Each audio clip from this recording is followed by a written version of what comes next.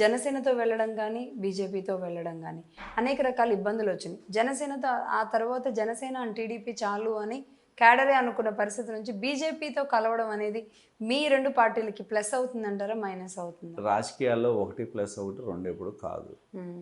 దానిలో రాజకీయంలో మ్యాథమెటిక్స్ అనేది పనిచేయదు. కానీ రాజకీయం అనేది ఏంటంటే దీనిలో బీజేపీతో కలిస్తే ఏంటి, కలవకపోతే ఏంటి అనేది కాదు. ఇక్కడ స్థానికంగా మేము చెప్పేది అంటే ఇప్పటికి కూడా మేము చూస్తూ ఉన్నాం. మా నియోజకవర్గాల్లో కూడా వైకాపా నాయకులు కొత్తగా ఏం మొదలు పెట్టారంటే ముస్లిమ్స్ దగ్గరికి వెళ్ళి బీజేపీతో చంద్రబాబు గారు పొత్తు పెట్టుకున్నారు, రేపు నుంచి ఎన్సీసీలు వస్తాయి, యూఆర్సీలు వస్తాయి, ఆ చట్టాలు వస్తాయి, ఈ చట్టాలు వస్తాయని. కానీ మేము ఒకటే, ఎందుకంటే ముస్లిం కమ్యూనిటీలతో నేను కూడా ఇంటరాక్ట్ అయ్యాను. నేను స్పష్టంగా చెప్పింది ఒకటే, 2014లో బీజేపీతో చంద్రబాబు గారు ఉన్నారు. ఉన్నప్పుడు మేము అన్ని పథకాలు ఇచ్చాం. ఆ రోజు బీజేపీతో ఉన్నప్పుడే కదా ఇచ్చింది. మరి ఈ 2019-24 మధ్య ఇప్పుడు ఏదైతే వైకాపా పార్టీ దుష్ప్రచారం చేస్తూ ఉందో, ఉమ్మడి సివిల్ కోడ్ కావచ్చు, లేకపోతే మిగతా నల్ల చట్టాలు కావచ్చు, ఏదైనా వచ్చినాయి అంటే 2019-24 మధ్య వచ్చినాయి. జగన్మోహన్ రెడ్డి సహకారంతోనే వచ్చినాయి, ఆయన ఓటేయటం వల్లనే వచ్చినాయి. ఇవాళ వాళ్ళు మేము ఇంకా ఇప్పుడు పెళ్ళికి సంబంధించి పెళ్లి ప్రపోజల్స్ వచ్చినాయి, ఒప్పుకున్నాము, ఒక అడుగు వేసామో లేదో ఇవన్నీ తీసుకొచ్చి ఈ పాపాలన్నీ కూడా మేము చేసిన పాపం జగన్మోహన్ రెడ్డి. ఆ చట్టాలు రావడానికి కారణం ఆయన, మద్దతు పలికింది ఆయన, లోక్సభలో సపోర్ట్ చేసింది వాళ్ళ నాయకులు. ఇవాళ సడన్గా ఏంటంటే ఇదేదో మేము పెట్టుకోగలనే దాన్ని ఇదంతా చంద్రబాబు గారు అదో మీ మీద రుద్దే ప్రయత్నం చేస్తున్నారు. కాబట్టి మేము స్పష్టంగా చెప్పింది ఏంటంటే ఇక్కడున్న ఏ ముస్లిం కూడా ఎందుకంటే ఈ తెలుగుదేశం పార్టీ, ఈ ఉమ్మడి పార్టీల దానిలో కాబోయే ముఖ్యమంత్రి చంద్రబాబు నాయుడు గారు, లోకల్ ఎమ్మెల్యేలుగా మేము ఉంటాం, ఎంపీలుగా మేము ఉంటాం. సో మీ భద్రత కానీ అభివృద్ధికి కానీ బాధ్యత మాది అని చెప్పి మేము వాళ్ళకి స్పష్టంగా చేయడం జరిగింది. కానీ ఈ కలవడం అనేది మైనస్ అవుతుందని కొన్ని సర్వేలు కూడా, ఈ సర్వేలన్నీ కూడా కరెక్ట్ అయిన సర్వేలు చివరిలో కానీ ఏది కరెక్ట్ అనేది మనం చెప్పే పరిస్థితి లేదు. కానీ ఆంధ్రప్రదేశ్లో ప్రజలు ఒక ఖచ్చితమైన నిర్ణయానికి అయితే వచ్చారు. జగన్మోహన్ రెడ్డికి ఓటేయకూడదు, జగన్మోహన్ రెడ్డి ప్రభుత్వానికి ఈ ఎన్నికల్లో అంతం పలకాలనే ఖచ్చితమైన నిర్ణయం ఆంధ్రప్రదేశ్ ప్రజలు ఎప్పుడో రావడం జరిగింది. ఇప్పుడు నోటిఫికేషన్ వచ్చింది కాబట్టి స్వేచ్ఛగా బయటకు వచ్చి చెప్పే పరిస్థితులు వచ్చాయి. ఇన్నాళ్ళు ఏంటంటే భయంతో బతకాల్సిన పరిస్థితి ఆంధ్రప్రదేశ్ ప్రజలు. ఇప్పుడు సూపర్ 6 అని ఒక ఫార్ములా తీసుకొచ్చారు. ఇదేంటి అంటే వైసీపీది నవరత్నాలు టార్గెట్ చేయడమా?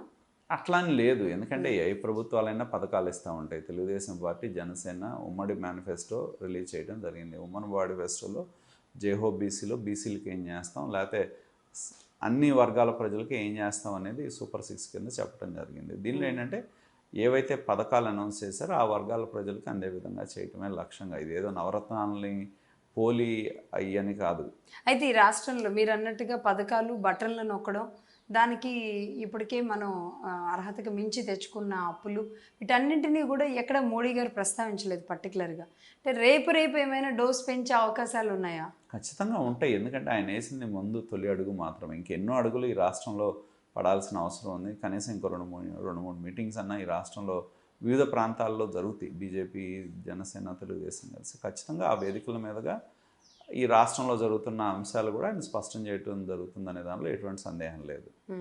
ముఖ్యంగా అంటే ఈ బటన్ల కారణంగా అనేక చోట్ల అంటే దళితులు, ఎస్సీ ఎస్టీలని పూర్తి స్థాయిలో ఉపయోగపడుతున్నాయి కాబట్టి మొత్తం దళిత ఓటు బ్యాంక్ అంతా ఇటే ఉంది అంటారు. కానీ నిజంగా గ్రౌండ్లో సిచ్యువేషన్ ఏముందండి? అంటే ముఖ్యంగా ఏంటంటే ఏ పార్టీకైనా ఎవరికైనా సహజంగా కొన్ని సామాజిక వర్గాలు ఆ పార్టీలతో అండగా ఉండటం అనేది, నడవటం అనేది జరుగుతుంది. తెలుగుదేశం పార్టీ ఓడిపోయినప్పుడు కూడా మేము దాదాపు 40% ఓట్ బ్యాంక్ మాకు ఉంది. మధ్యస్థంగా ఉన్నవాళ్ళు కానీ ఇవాళ జగన్మోహన్ రెడ్డికి దూరంగా ఉన్నారు, జగన్మోహన్ రెడ్డికి వ్యతిరేకంగా ఉన్నారు అనేది స్పష్టంగా కళ్ళ ముందు కనబడుతుంది. సో కేవలం అంటే ఇవాళ తిని రేపు అరిగిపోయేలాంటి పథకాలు వద్దు అనే పరిస్థితి ఈరోజు ఆంధ్ర ప్రజలు ఆలోచిస్తారంటారా? ఈ అభివృద్ధి లేకపోవడం వలన రాష్ట్రంలో ప్రగతి లేదు, ఇండస్ట్రీస్ లేదు, ఎంప్లాయ్మెంట్ లేదు. అందుకనే దేశంలో అత్యధికమైన నిరుద్యోగం ఎక్కడ ఉందంటే ఆంధ్రప్రదేశ్లో ఉంది. వైసీపీ మరి అదే కాన్ఫిడెంట్తో వైనాట్ 175, మీరేమో వైనాట్ పులివెందుల అని కూడా అంటున్నారు, వాళ్ళు కూడా వైనాట్ కుప్పం కూడా అన్నట్టున్నారు. ఏంటిది, ఈ పరిస్థితి ఉంటుందా ఈ స్థాయిలో?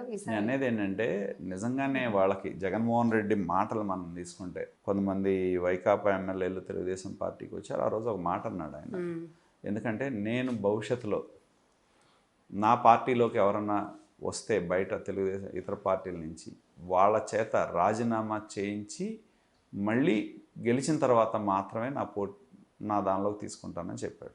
ఆ రోజు అధికారం కోసం కళ్ళనీళ్ళు పెట్టుకొని నా 23 మంది ఎమ్మెల్యేలు నేను గెలిపించిన ఎమ్మెల్యేలని తెలుగుదేశం లాక్కుంది, నేను అలా ఉండను, నా విధానం ఇది అని చెప్పాడు. కానీ నేను అనేది ఏంటంటే ఆ విధానం అని చెప్పిన ఆయన ముఖ్యమంత్రి అయిన తర్వాత మాకు వచ్చింది 23 మంది ఎమ్మెల్యేలే కదా గెలిచింది.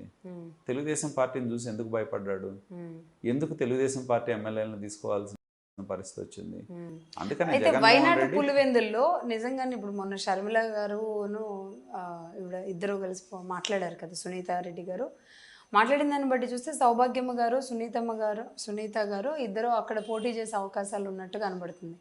అప్పుడు ఒకవేళ ఇటు చేసి నిజంగానే పులివెందులు ఏమైనా టీడీపీకి వచ్చే ఛాన్సెస్ ఉన్నాయంటారా? నేను అనేది ఏంటంటే పులివెందుల్లో వస్తుందా రాదనేది కాదు. ఇవాళ పులివెందుల్లో మీరు వెళ్ళి ఒకవేళ అధికారం ఉంది కాబట్టి భయపెట్టో ఏదైనా చేసి ఆయన గెలిచే ప్రయత్నం చేస్తే చేయొచ్చు. కానీ ఒక సామాన్యులు వెళ్ళి అడిగితే ఎంతో తీవ్రమైన వ్యతిరేకత జగన్మోహన్ రెడ్డి మీద ఉంది అనేది స్పష్టంగా కనపడుతుంది. వివేకానంద రెడ్డి గారి హత్య వల్లనే అంటారా? వివేకానంద రెడ్డి హత్య కావచ్చు, లేకపోతే ఎందుకంటే ఆ పులివెందుల నియోజకవర్గం రాజశేఖర రెడ్డి గారు ఎటు తిరిగినా కూడా ఆ ప్రాంతంలో ఉన్న ప్రజలకి దగ్గరగా ఉండి చూసేది వివేకానంద రెడ్డి గారు.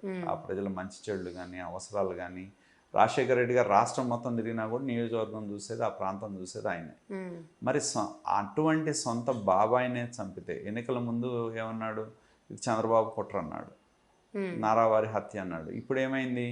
సొంత అవినాష్ రెడ్డే చంపాడనేది తేలింది. ఆయన సహకారంతో జరిగింది, ఆయన భాగస్వామ్యంతో జరిగిందని. ఇప్పుడు అతను కాపాడడానికి నానా తిప్పలు పడతాడు. అంటే ఎన్నికల్లోపు సిబిఐ మొన్నటిదాకా చెప్తుంది అదే, అరెస్ట్ చేయడానికి ప్రయత్నాలు కూడా జరిగినాయి ఆయన్ని విచారణ తర్వాత, అయినా అది జరగలేదు కదా.